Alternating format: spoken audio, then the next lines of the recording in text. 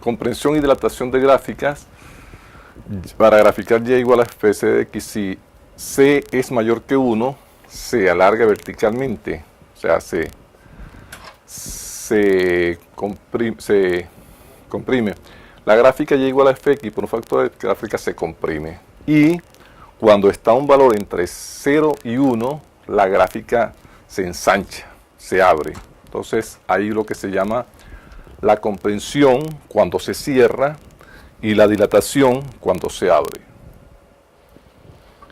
Un ejemplo de esto está de comprensión, la función x cuadrado, que es esta, la lila, y la función cuando le colocamos un 3 acá, que es mayor que 1, la función se encoge, se comprime, y viene siendo esta la función. Por ejemplo, para 2 era 4, ya para 2 serían 12, ya se comprime la función. Y aquí hay un ejemplo de dilatación. La función era x cuadrado acá, y si lo multiplicamos por un coeficiente, por un tercio, un número, un tercio, que es menor que 1, ya la gráfica se abre. Esa es otra situación de la transformación de una función.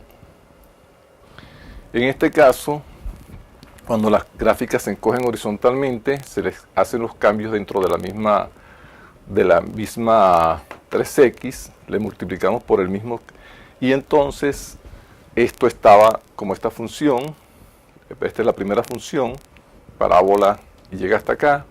Cuando le cambiamos el x por 3x, le hacemos ese cambio, la gráfica se encoge horizontalmente. Y igual teníamos esta, la función esta, cuando le multiplicamos por 0.5x, la gráfica se amplía, se va a ampliar allí en la función. Entonces, eso es encogimiento horizontal, y bueno, ampliarse la gráfica aquí horizontalmente. Función par impar.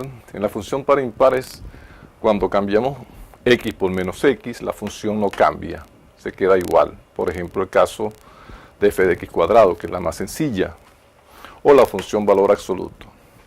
Y viene siendo simétrica con respecto al eje y. Nos recordamos la simetría con respecto al eje y. Está así. Simetría, este es el eje y, tenemos simetría con respecto al eje y. Y f impar si es simétrica con respecto al eje x, al origen. Y ahí se van a hacer los cambios de menos f de x y va a cambiar por menos f de x. Y le vamos a mostrar a continuación un ejemplo de cada uno.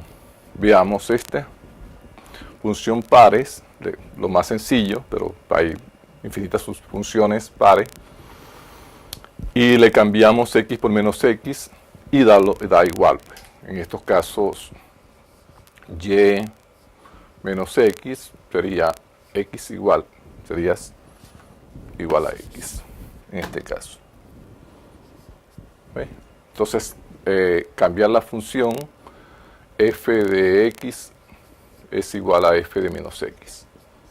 Igual aquí en el x cuadrado. Si lo elevamos, da siempre x cuadrado. Y además cumple con la parte geométrica que es simétrica con respecto al eje y.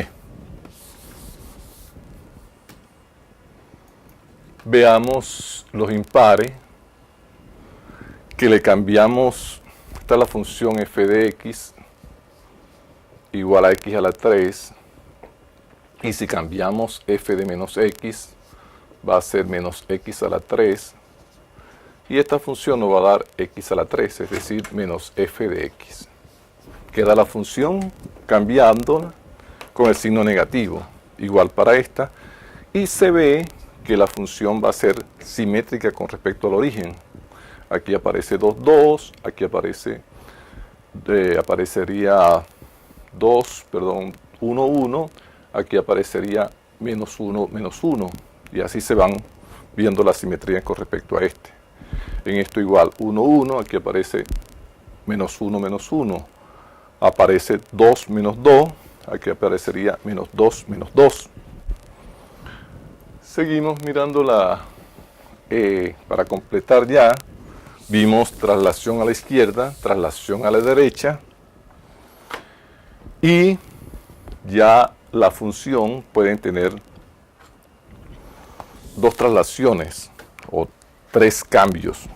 Veamos aquí, esta función se traslada inicialmente, partimos de la función base o fuente, sería x cuadrado, x al cuadrado. Si le cambiamos por x menos 2 al cuadrado, ya la función se traslada 2 lugares a la derecha, aquí. Si le colocamos 3, la función sube 3 lugares. Y acordándose que se mantiene lo que era la función cuadrática, que era la parábola que venía de acá. Y hace esos cambios hacia la derecha, hacia la izquierda. Y muchas funciones las podemos escribir de esta forma. La podemos completar con completación de cuadrado. Y podemos hacer el cambio habiendo escrito anteriormente la función en esta forma. Esto lo veremos en una segunda parte de esta lección o esta parte correspondiente a traslación de funciones. Por lo menos se puede explicar 2 videos más acerca de lo que es traslación de funciones. Con esto concluimos esta parte.